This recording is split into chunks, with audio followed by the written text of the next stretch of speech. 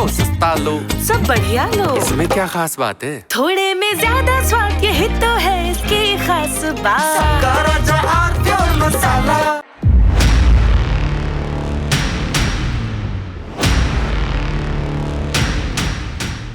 नमस्कार, देश की बात में आप सभी का स्वागत है, अभिनंदन है।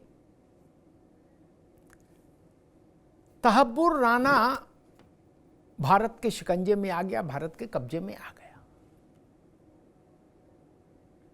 बड़ी उपलब्धि है, देश के स्तर पर भी और सरकार के स्तर पर भी। और इस सफलता के बाद मतलब तहब्बुर राना अंदर आ हुआ तो अब देश में चर्चा शुरू हो गई दाऊद इब्राहिम, हाफिज सईद और पुन्नू की। अब चर्चा ये सुगबुगाहट ये कि ये कब आएंगे, इन पर फंदा कब कसेगा, इन पर शिकंजा कब कसेगा।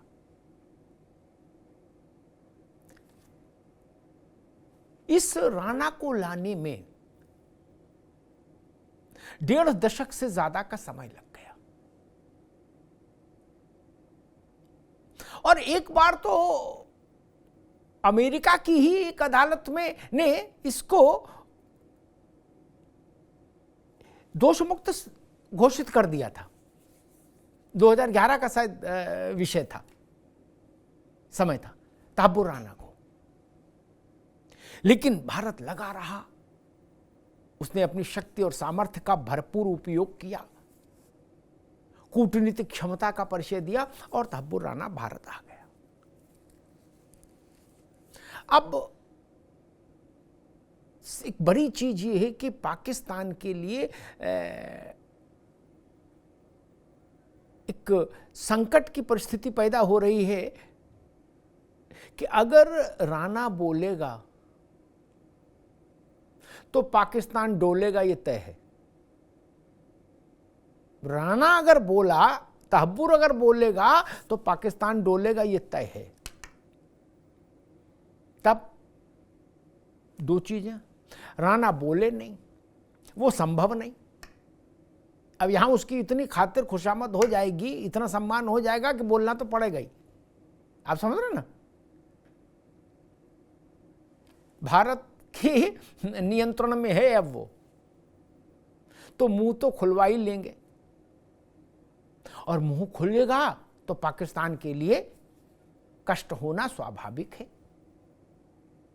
वैश्विक मंच पर पाकिस्तान की थू-थू होना तय हो जाएगा। इसी से जुड़ा एक प्रश्न और खड़ा होता है, एक संभावना, एक आशंका खड़ी होती है कि तहब्बुर राना जब तक, जितने जानकारियां उसके सीने में दफन है, वो जब तक सब बाहर नहीं आ जाती तब तक तहब्बुर राना जिंदा रहे। यह भी एक बड़ी चीज है।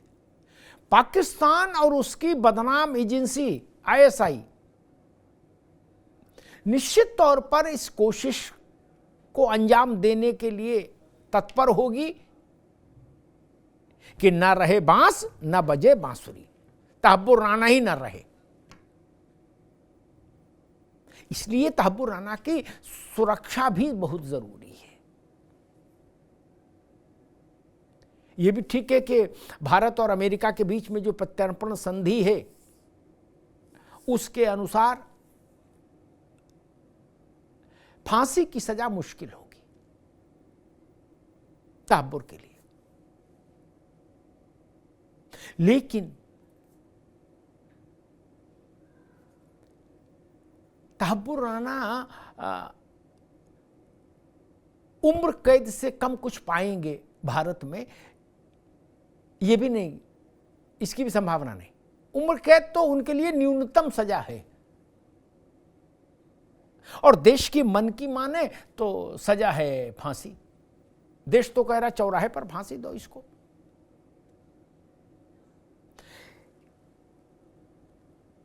मुंबई में जो हमला हुआ, वो हमला भारत की आत्मा पर चोट थी। पूरा देश कसमसा के रह गया था। एक पत्रकार के नाते हमने वो हमला देखा, पूरा देश कसमसा के रह गया, तड़प कर रह गया। जो प्रतिकार होना चाहिए था उस वक्त वो प्रतिकार नहीं हुआ। 2008 में 26/11 के हमले के बाद भारत के स्तर से जो प्रतिकार होना चाहिए था पाकिस्तान की जमीन पर जाकर, वो प्रतिकार नहीं हुआ। चिट्ठी पत्री लिखा पड़ी होती रही, इसके अतिरिक्त नहीं हुआ। उससे भारत का मन आहत हुआ था।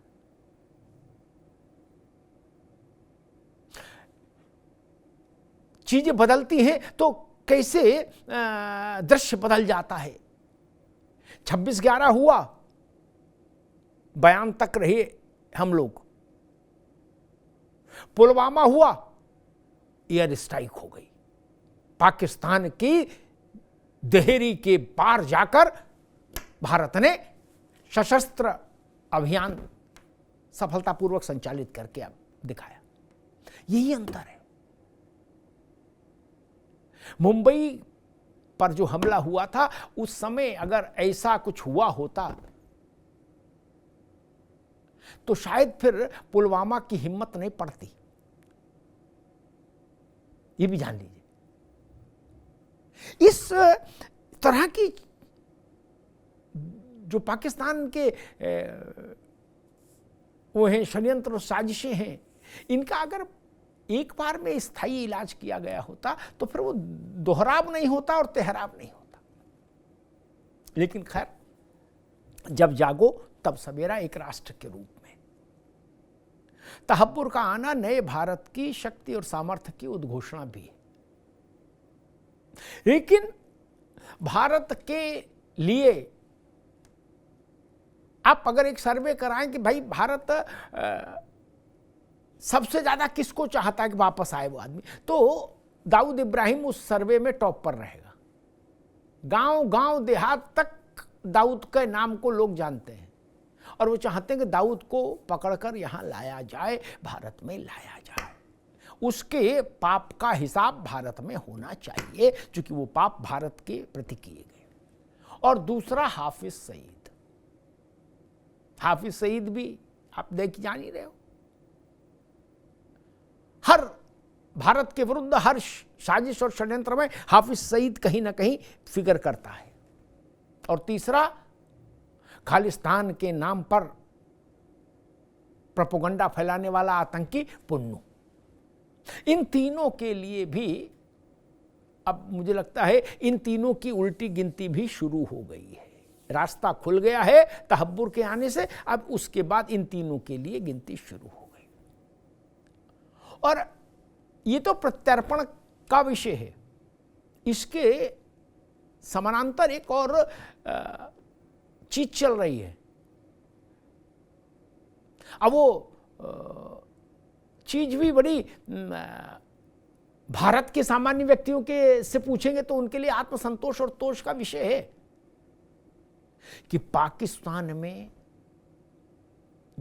तमाम आतंकी पिछले 7-8 वर्ष के भीतर यानी कितने आतंकी और आतंकियों के खैर ख्वाह अज्ञात लोगों की बंदूकों से मारे गए हैं।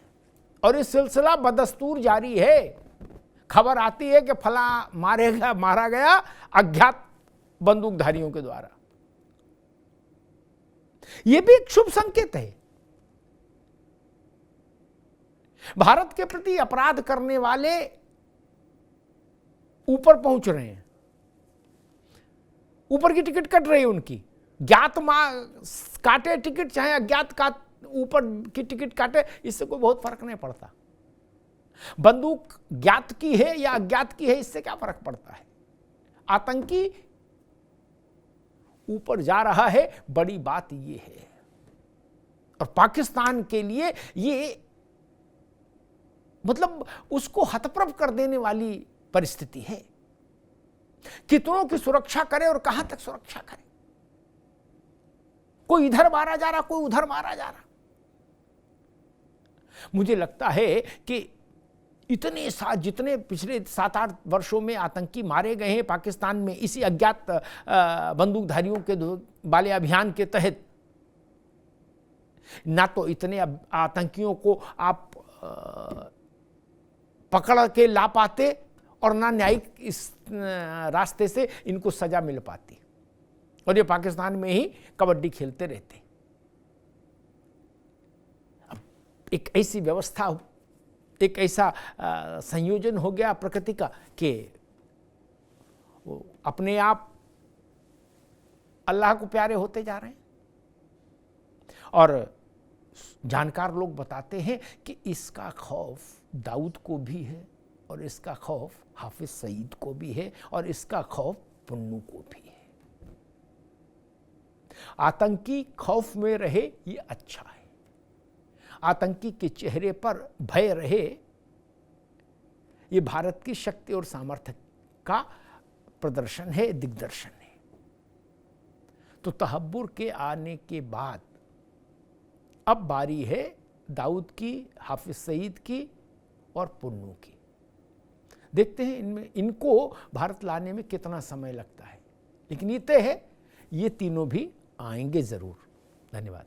थोड़े में ज्यादा स्वाद, यही तो है इसकी खास बात। वाह मम्मा, क्या स्वाद है। अरे मेरे राजा, का राजा